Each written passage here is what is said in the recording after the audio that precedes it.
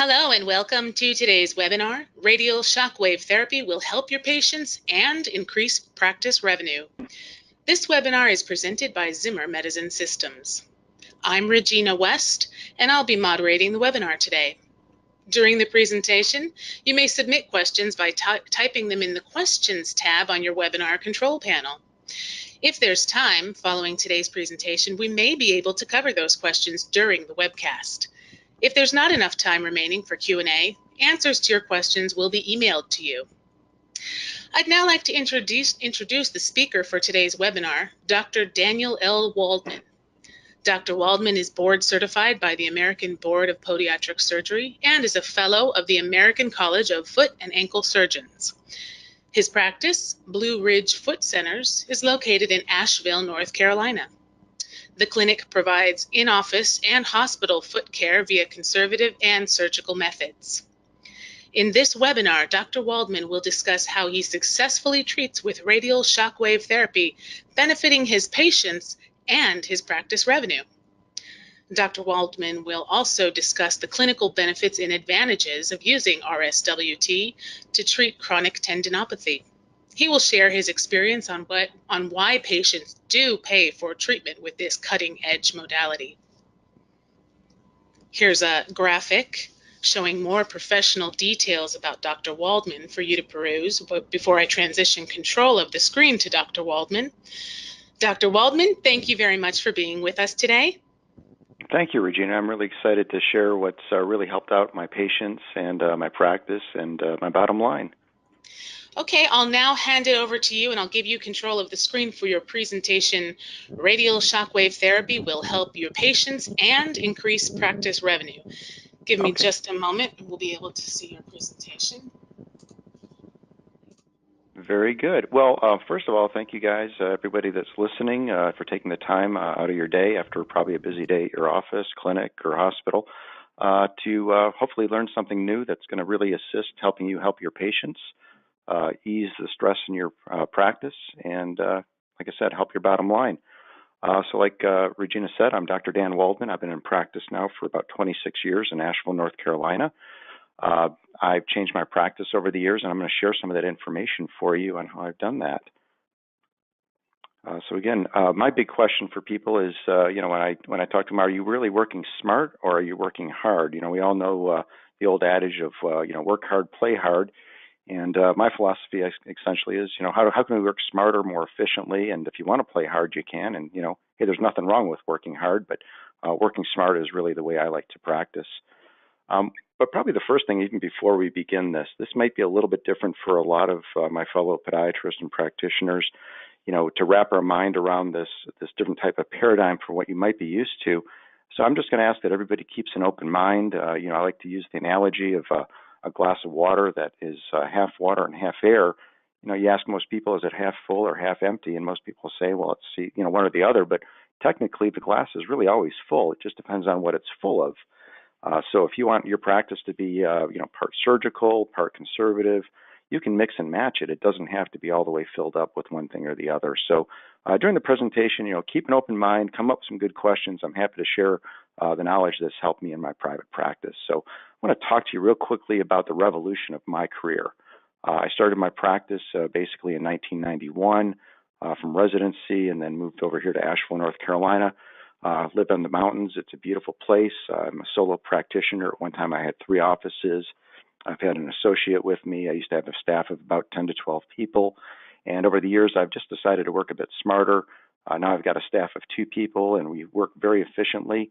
And my bottom line has actually increased, and my stress level's gone down. So in the past, I used to practice like what you're seeing here on the left-hand side of the screen. And now what I'm doing is practicing more on the right side of the screen. So previously, I did a lot of chronic care, managing a lot of diabetic wounds, chronic problems, involved surgeries. Now I'm focusing myself more on acute care, taking care of the ingrown nails, the heel pain, the capsulitis, whatnot. So I'm getting people better, and I'm getting new people coming in consistently. We used to be taking care of people with a very sedentary lifestyle. Now I'm taking care of patients with a more active lifestyle, getting them better, getting back into their activities that they love to do, like hiking and running and Pilates, gymnastics, whatever they're doing. The other thing I'm seeing is a lot of polypharmacy, especially with some of the older patients who are on 15, 20 different medications. And it's kind of disheartening, especially as I get older. You're noticing that some of these medications are probably for the side effects of the other ones. So now I'm focusing more on nutritional, lifestyle ways of doing things. I'm not selling things out of my office that's crazy or whatnot, but I'm really, talking with the patients, spending time with them, finding about their nutritional status and their overall well-being. And in the past, I felt like I was just simply slowing the spiral, that downward spiral where they're getting sicker and sicker. And now what I feel like I'm doing is I'm actually advancing their well-being. I'm helping them get back into life and doing the things that they want to do. It used to feel like I was forcing the humors, which is like an old-timey way. I think Aristotle or Socrates used to talk about the humors of the body and forcing them to do what you want it to do. And now I'm focusing really more on helping the body heal itself through homeostasis. And that's really where the impulse comes in with the radio wave technology. We'll talk about that coming up. Probably one of the biggest things for me is dealing with the third-party system. I call it Meta doesn't care. It just seems like every year they're giving us more rules and regulations, and fines get stiffer. So by incorporating the Zimmer N Plus Pulse into my practice, I'm really not having to deal with a lot of third-party issues.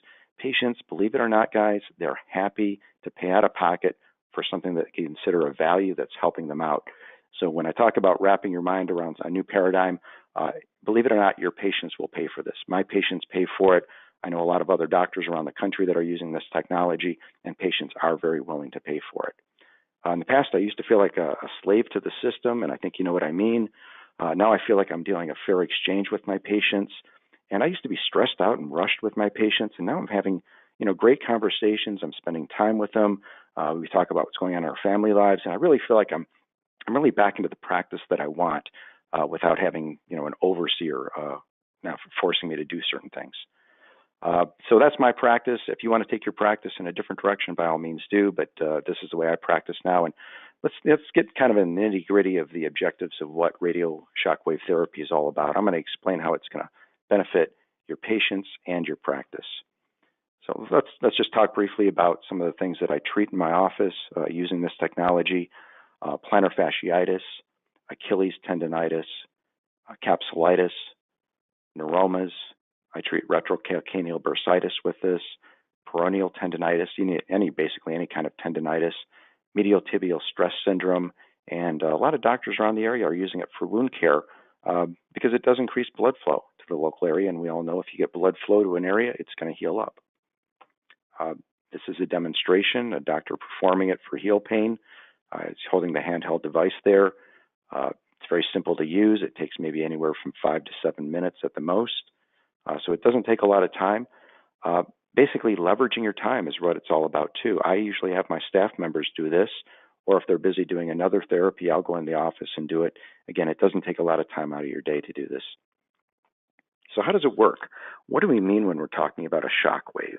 What exactly is a shock wave? Well, if you look at this fighter jet over here, it's breaking the sound barrier, and that's creating a pressure wave around the fuselage of the airplane, and that in turn is changing the pressure around the atmosphere, and that creates energy. So what we're basically doing is using a pressure wave to create energy kinetically that's going into the tissue, and that's causing a biophysical reaction that leads to increased blood flow, decreases pain, and it's helping the body heal itself. So if some of you are familiar to the old lithotripsy machines that were used for kidney stones, and then developed from that was the Ositron. These were very high-powered shock waves that usually required an operating room to perform these in, and anesthesia and sedation. The radio wave technology that Zimmer's invented does not have to require any of that technology, so you can do it simply here in your office. This is a demonstration. This is one of the machines I used to use when they first came out, was the Ositron system. Again, it worked very well, but it did have some drawbacks. Some of that was that it required nerve blocks. It could also take 15 to 30 minutes to perform. You'd have to take the patient to an OR, give them some sedation, a local anesthetic. So you needed a special room. And then, of course, for those of us that are traveling to a hospital facility or a surgery center, you got to consider the drive time away from your office, the paperwork issues back and forth. So really, when you look at the amount of money that you're making per unit time, it's kind of disheartening. So, for a while, you could bring these large machines into the office, which were kind of cumbersome. You'd have to schedule. And now basically having the Zimmer N Plus in my office, I don't have to worry about that at all. I ask the patients if they want to do it.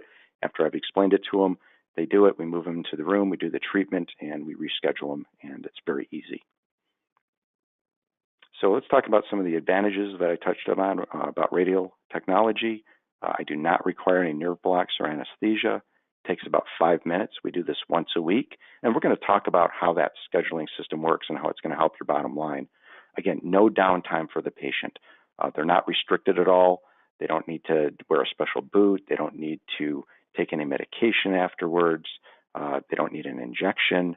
And it's much more affordable for these patients to do it that way. Again, not taking time out, not paying these huge deductibles to a surgery center, not needing any time off work. And as far as being affordable for your practice, that's definitely affordable. For those of you that are concerned about having your patients pay and covering the cost of the machine, I paid for my machine in 3 months. If I can do it, I think you guys can too. So again, what are we doing with this technology? We're creating some microtrauma. That microtrauma creates an inflammatory response. And for those of us that understand wound care healing or any type of wound healing, inflammation is the number one and the first stage of that healing. Unfortunately, a lot of our tissues, such as the plantar fascia, ligament, things that are more fibrous and don't have a lot of vascularity, are kind of stuck in this low-grade inflammation that doesn't burn itself out. So by irritating a little bit, we're helping boost the inflammatory response and get it back online in a healthy way. That in turn stimulates the expression of angiogenic growth factors, meaning we're getting new blood vessels to grow into the ligament or tendon or soft tissue, and that's helping promote the healing by basically bringing in the good stuff, the oxygen, the proteins, and washing away the byproducts of the healing. We're also stimulating the ingrowth of that neovascularization, increasing the blood supply, and that's causing the tissue to repair itself. So when I talk about homeostasis, and helping the body heal itself, that's pretty much it in one slide. So some of the biological mechanisms, we have growth factors, stem cells, nociceptors, and endorphins. We're going to talk briefly about growth factors. These are naturally occurring substances. They promote cellular growth, proliferation, and cellular differentiation. So again, the body's healing itself, bringing other things in, and washing away the bad stuff. The nociceptors, and it's really interesting when I do this treatment, especially on the heel, the patients are always concerned if it's going to hurt. And a lot of my patients will say, after maybe about a minute of doing it, they say, "Doc, this is really feeling good." And I think part of it is we're overstimulating some of the nerve sensation, maybe presenting a gate theory of pain, but we're also increasing some of the stimuli and some of the endorphins in the area to help modulate the pain response. So that's been very exciting. Patients usually, after the first treatment, walk out of the office feeling better. How does this work? If you look at the diagram there, the video, you can see the pressure wave going through the skin, and as it's propagating that wave, it's also penetrating through the tissue and hitting the target tissue. Now, if we look at the diagram up above with the green and the yellow, or the green and the orange and the blue, what's happening is a projectile is being moved back and forth multiple times per second, and that's stimulating the head of the device to send the pressure wave into the tissue and propagate that, basically in a radial wave fashion, so it's surrounding the tissue and going deep, and that's what's creating the microtrauma that leads to the new vascular growth. It's electromagnetic. It doesn't involve any batteries. It doesn't involve any fluids. It's basically a projectile that's being moved back and forth very quickly back because of the magnets, and it's creating kinetic energy that's going down into the tissue. Now, it's a bit different than the high-energy systems that we might be familiar with in the old days of the Azotron. The blue wave is what the N-pulse is doing. It's coming on a little bit slower, even though we're talking about microseconds, and it's not as high of an energy, so the patients can definitely tolerate this in the office, again, without any local anesthetic, without any anti-inflammatories, and without any analgesics, so very safe to use. It's very durable because of this, and it has less maintenance. The Representative Paul can talk to you guys more about the warranty. I've had mine for a number of years. I haven't had any problems at all. So how can we change your thinking out of the third-party model? I want to introduce you to a cash model for your practice, and this is something I've done in my practice over the course of a few years. And, some of us might have been at the office until 4 or 5, maybe 6, 7 o'clock, finishing dictation. Because of what I've been able to do in my practice, I usually wrap up my day at about 2 p.m. or 3 p.m. We work through lunch. Usually we do a lot of the treatments. A lot of people come in on their lunch hour, makes it really easy for them.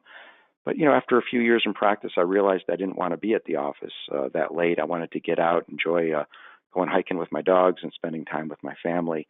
And this has been a big part of allowing me to do that. I talk to a lot of older doctors, myself included, I guess. Now I'm in my mid-50s. But, reimbursements were not what they used to be years ago, and they have not kept up with inflation. So if you look at your fee schedules, what you're getting reimbursed by Medicare or by the third-party companies like Blue Cross, United, Cigna, et cetera, you may look at that and say, this is the same amount that I was getting paid 5, maybe even 10 years ago. And when you consider the rate of inflation, you're actually getting paid less for the same work and probably even more headaches with all the record keeping we have to do with MIPS and MACRA and whatnot and the risk of auditing. So basically, we're working a lot harder to make, it says the same amount, but I actually think we're getting paid less. So how much time and energy does it take to get paid? You think about the staff time having to submit bills to the third-party insurance. Oh, and they forgot a modifier. So now it didn't get paid. Now it gets bounced back to you. Does anyone have that problem? I know we still do have that problem in our office sometimes with third-party payers. And it's really aggravating when you factor in the amount of time it takes for you to get paid and the amount of effort, even after you've done the work. It's quite ridiculous. I don't know of any other industry that tolerates it as much as healthcare. So by incorporating a cash modality, it's the direction to go. It's going to offset the decreased revenue and, again, leveraging your time. I usually take Fridays off. That's a time where a lot of the patients come in for these treatments. I don't have to be there. My staff can do it. They do the collection. So again, I'm making money when I'm not even in the office. Your patients will pay for this. If you can convince a patient to take them in to a surgery center or a hospital and cut their foot open to do a bunionectomy or another surgery and put screws and plates in there and take them out of work for 2 or 3 months, if you don't think your patients would want something like this, I don't know, what you're thinking, because you're already able to sell a treatment plan to a patient. And the treatment cost for radial wave therapy is not that much. Again, there's no downtime. So you really need to get out of that thinking that your patients won't pay for it, because they definitely will. So let's talk about, what they're already paying for. Well, you send a patient to physical therapy. Again, it's inconvenient. They're having to go maybe a few times a week, and each time they're going, they're making co-pays or they have to pay for their deductibles. And, let's talk about deductibles quickly. Deductibles are kind of ridiculous now. Some patients are paying, $5,000 to $8,000 to $10,000 or $12,000 deductibles before their insurance really starts paying for anything. So a lot of my patients are telling me that they would much rather have something non-surgical because they know they're never going to reach their deductible on that. So things definitely have changed, especially in the last 10 to 12 years. Again, patients complaining about co-pays, but if you take a peek outside in the parking lot, they're usually driving nice cars. They're wearing, pretty nice shoes, or they're walking in with a nice purse. So they're spending money on the things they want. And you got to remember, patients are patients. They need our care, but patients are also consumers. And consumers will always pay for what they want. It's perceived value. And what we have to offer with the Zimmer N-Pulse is some value for these patients. It's going to help them out, less downtime, very convenient. Again, what do the patients want when they come to see you? They don't want prolonged care. They want quick, they want effective, and most importantly, they do want that convenience. And patients will always pay for that. Most of my patients that have had this treatment for heel pain, either they've seen other doctors and they were told they needed shots, or I might recommend it of a shot. They always wanted something else besides a shot, and now you have something that works. And patients will exhaust all options before they want to do surgery. These are the two devices that Zimmer N-Pulse has. This one over here on the left is the version 2 Plus. This is a single handheld unit. It comes on a little cart, and the better one, I think, is the N-Pulse Pro. It has 2 hand pieces. It's a nice cart. It's got a digital readout, very easy to use. A lot of my patients need bilateral treatment, so sometimes we can perform these very quickly because we have the 2 hand pieces. So what's the same about these two machines? Well, basically they have energy levels that range from 60 to 185 microjoules, and these are adjustable in increments. Frequency, this is the number of pulses per second. You can do 1 per second or up to 22 per second. I usually average probably about 16 to 17 per second. Electromagnetic drive system handpieces. It's got a 2 million plus pulse warranty on the handpiece, so if something happens, that will definitely help you out. And then the applicator tips can range in size from 6 millimeters, 15 millimeters, and 25 millimeters, depending on the surface area you need to treat.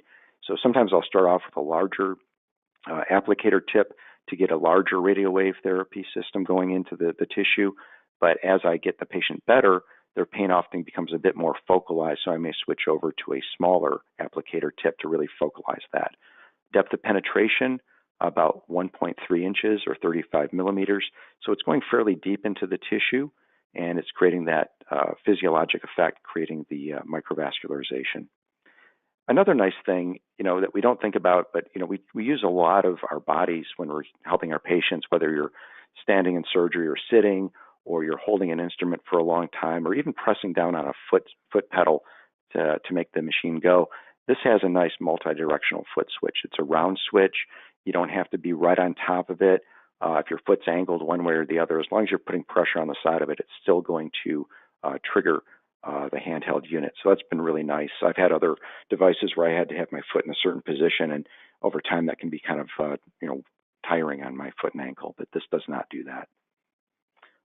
This is a funny slide. I had to put this in. We were using this machine on a patient one time, and they were joking around that it reminded them of Yosemite Sam from the cartoon days. And I just, we joke around. We call that Yosemite Sam in the office. The rep can definitely get you a good brochure. I share a lot of information with patients. Of course, there's a lot of research that has been done on this device. And again, Paul, the rep, can definitely share that information with you. Again, I talked about leveraging our time. Let's just do a run through. I want to show you, a good model, and this fits what my office is doing for the last few years. On average, treatment fee is $50 to $100 per visit. So let's just, go on the lower range of that and say it's $50 per treatment. And then we take $50 per treatment. Patient, I probably do about 5 to 7 treatments of these a day. So just extrapolating that math, if we're doing $50 a treatment, 5 treatments a day, 5 days a week, that's $1,250 cash, check or charge, not an insurance company paying for you. Now, if you extrapolate that over 52 weeks, hopefully you're taking a vacation, but let's say you do 52 weeks a year, and that comes out to about $65,000. Now, I say 52 weeks a year, and somebody might be saying, well, gosh, I go on vacation. I'm going to be gone that time. Well, what does your staff do when you're on vacation? What do they do if you leave a little bit early from your office? You can still leverage that time by having them do these treatments in the office. Unlike laser, you can actually not be in the office and do this. I know in some states, especially with laser treatments, the doctor actually has to either perform it or be physically in the office. With this, you do not have to be there. So if you look at these numbers, I think they're really good. This is what has allowed me to pay for my machine very quickly. Even if you have those numbers, take those numbers in half, it's still very profitable. These are some of the research studies that we can provide for you.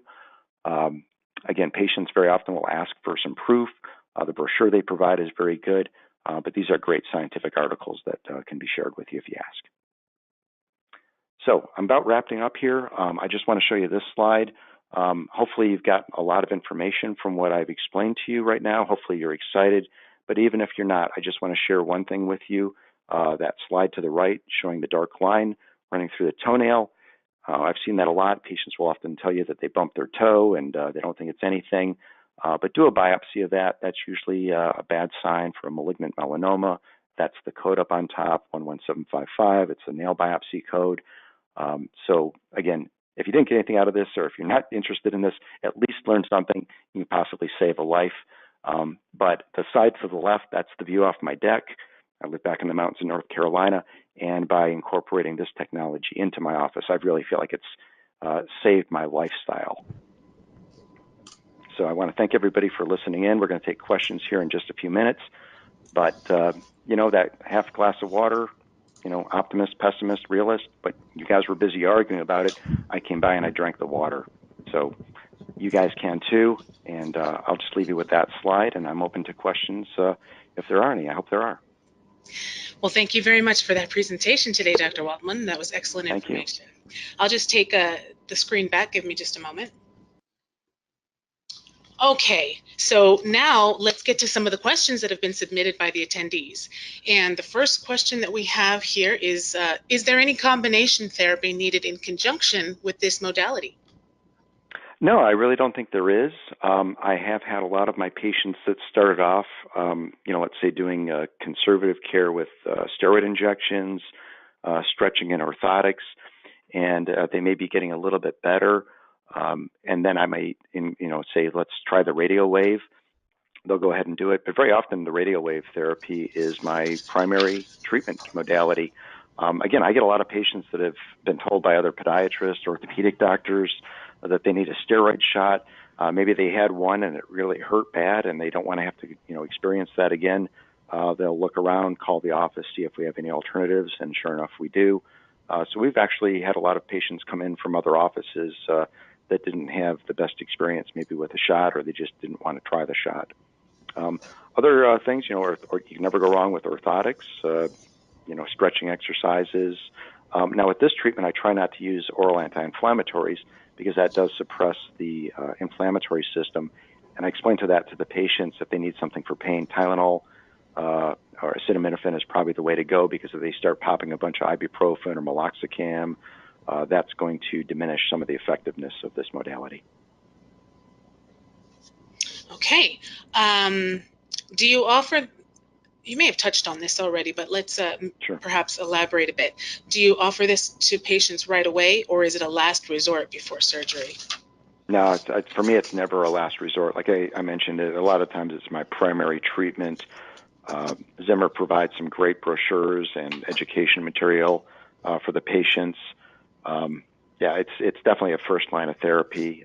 For me, the last line of therapy should be things like, steroid injections and whatnot. When you think about what a steroid does when you're giving it for soft tissue injury, for chronic pain, you're really not helping the body heal itself. All you're doing is reducing the inflammatory response.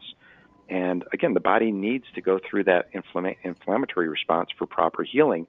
And if you squash that inflammation, you could potentially actually prolong the healing process. And we all know, over time, injecting steroids can lead to ruptures of soft tissue, ligament, the tendon. This should be considered, in my opinion, a primary treatment. Okay, and here's another one that you touched on a bit during your presentation, but it's a very important point. So let's elaborate or reiterate a little bit here. Do you Sure. have to block the area? No, not at all. I've never had to block the area for it. In fact, I wouldn't really want to do it. Again, why would a patient want to have to undergo a shot for this treatment? And that's really a great selling point. When I present this, patients don't need any anesthesia at all. Now, when we first start applying it, let's say to a chronic, really bad heel pain, we normally will keep the energy and the frequency of the pulses fairly low until we know that the patient can tolerate it. And then as we see the patients acclimating a bit better, we let them know we're going to turn up the energy level a little bit and frequency. And as long as they understand that, it's great. I've never had anybody have to stop the treatment in the middle of it. Everybody can continue on with the treatment without a problem. And again, usually towards a few minutes into the treatment, patients will often respond that, hey, this is really feeling good.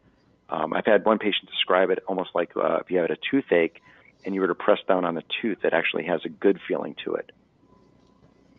Okay, we promised a 30-minute webinar, but we do have quite a number of questions rolling in here. Would you mind staying Sure. with us for another 5 or 10 minutes, Dr. Waldman?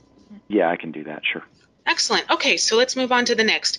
Does the foot need to be immobilized after the treatment? No, not at all. If it's a really bad case, let's say a plantar fasciitis or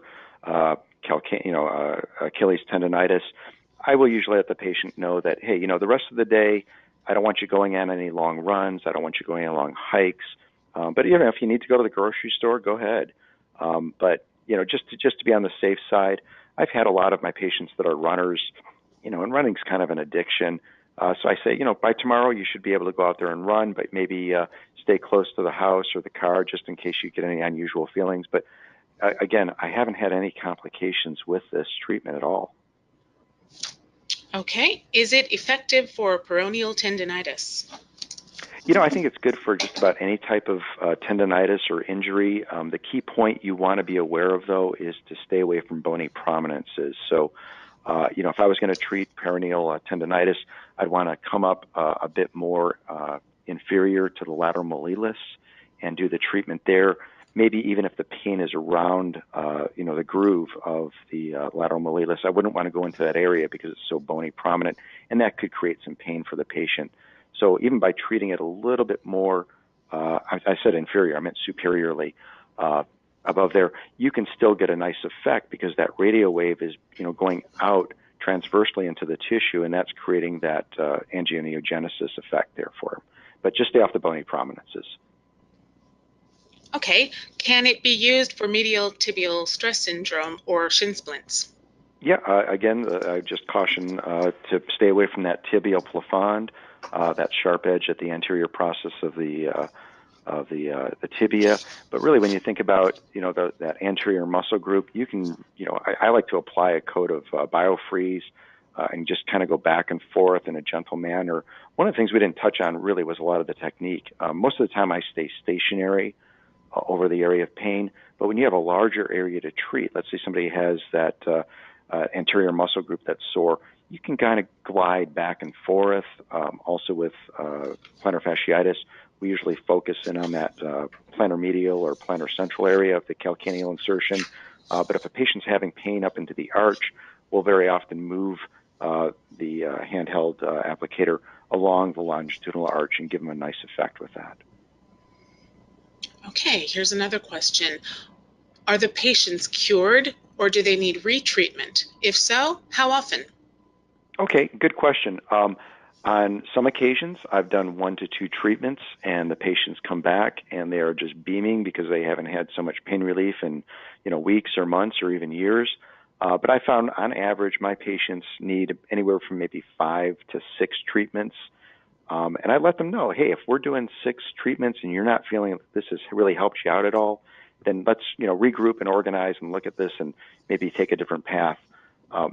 That's a very small percentage of my patients. On average, I'd say my patients for plantar fasciitis need about 5 treatments before they start getting up into the 90% relief factor.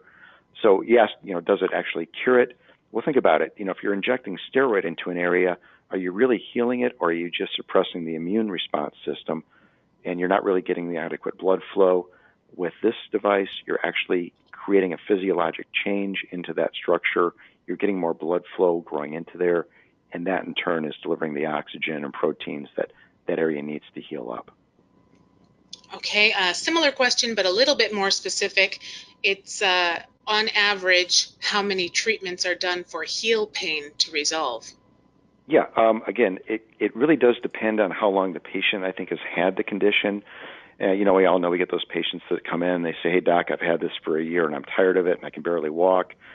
Those may be a little bit more challenging because now there's been a lot of physiologic changes, a lot of avascularity into the plantar fascial ligament. So those are some patients that I'll let them know, hey, this could take, maybe 5, maybe up to 10 treatments, and let's get you better. And again, use this in addition to your other therapies like orthotics and stretching exercises and soft tissue massage. For some patients that come in, they've only had it for a month or 2. Very often, 3 to 5 treatments can be very effective for these patients. Okay, excellent. And I think we have time for just one more question here. So let's make this one the last one. How does the Zimmer unit compare to other machines? I've looked at other machines. This one, for me, it just fits better in my hand. I like how it feels. I think the technology is there. A lot of the research has been done. Again, it's much different than the old Ositron device. I just think, when you're talking about bang for your buck, this thing definitely really does have it. And it's worked for me. It'll work for you. Thank you so much for that discussion, Dr. Waldman, and for your time this evening. Thank you. And at this time, Paul Cummings would like to say a few words. Paul is Zimmer MedizinSystems specialist in N-Pulse Pro for podiatry and sports medicine. Paul? Thank you, Regina, and thank you again, Dr. Waldman. I appreciate what you've done. Now that all of you have had the opportunity to hear about the clinical aspects of the system and what an outstanding addition would be to your practice, I would like to discuss the most attractive aspect of the N-Pulse system, which is the cost. As you can see on the screen, the unit is affordable modality for any practice. If you were to lease the system, there are no payments for 3 months, followed by only $377 per month for 60 months. The average revenue nationwide per patient is about $500 to $600 in total. So as you can see, just one patient per month not only covers your cost, but you're still creating a positive revenue stream. And Dr. Waldman mentioned before, if you do in fact send patients for physical therapy, think about that they have to go 2 or 3 times a week for 6 weeks for an hour each time. But most importantly, they probably have a $40 or $50 copay with every visit, which certainly adds up to be a costly out-of-pocket expense. Or they can come to your office once a week for 5 minutes for quicker, more effective results. It's a lot more convenient to them. If you have any patients that don't want steroid injections or wear night splints, this is an excellent modality to offer them. It just gives them a choice, a treatment choice for something different. Patients do pay for the treatments, and all you have to do is just ask and explain it the right way, and you would be surprised how many patients opt for it. Thank you very much, Paul. And if anyone would like more information about the N-Pulse Pro, please visit Zimmer MedizinSystems website at www.zimmerusa.com. Be sure to visit the section of the website that is dedicated to providing information about radial shockwave therapy in podiatry. This can be accessed through the website's main navigation menu. Zimmer MedizinSystems also has an assortment of podiatry waiting room materials available for you to browse on the shopping site at shop.zimmerusa.com. This concludes today's webinar. Thank you very much for attending. Thank you again to Dr. Waldman and Paul Cummings. A recorded version of this webinar will be emailed to all attendees so that you may review any of this information at your leisure. Good night.